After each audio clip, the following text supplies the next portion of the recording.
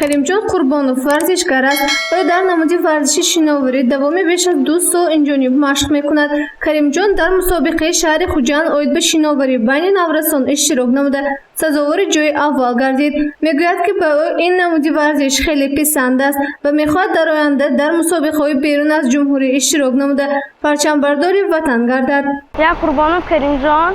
Сегодня я по соревнованию получил 3 золотых медали по 50 метров скоростном, кроль, брас и баттер.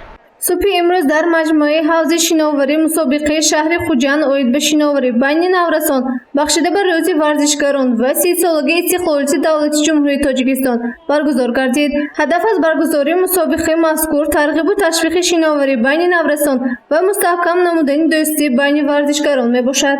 бахшида ба рӯзи варзишгарон мусобиқаи шаҳри Хуҷанд оид ба намуди шиноварӣ байни наврасон ва ҷавонон баргузор гардид, ки мақсад аз баргузории мусобиқа пеш аз ҳама ҷалб намудани варзишгарон, мустаҳкам намудани алоқаи дӯстӣ байни варзишгарон ва муайян намудани варзишгарони беҳтарин буд.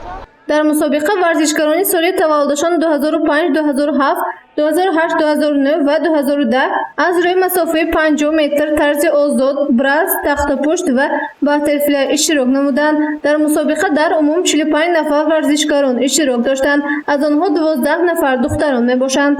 дар ин мусобиқа нафароне ки ҷойҳои аввалро ишғол намуданд, дар марҳилаи дуюми мусобиқаҳои вилоятӣ ва ҷумҳуриявӣ иштирок менамоянд.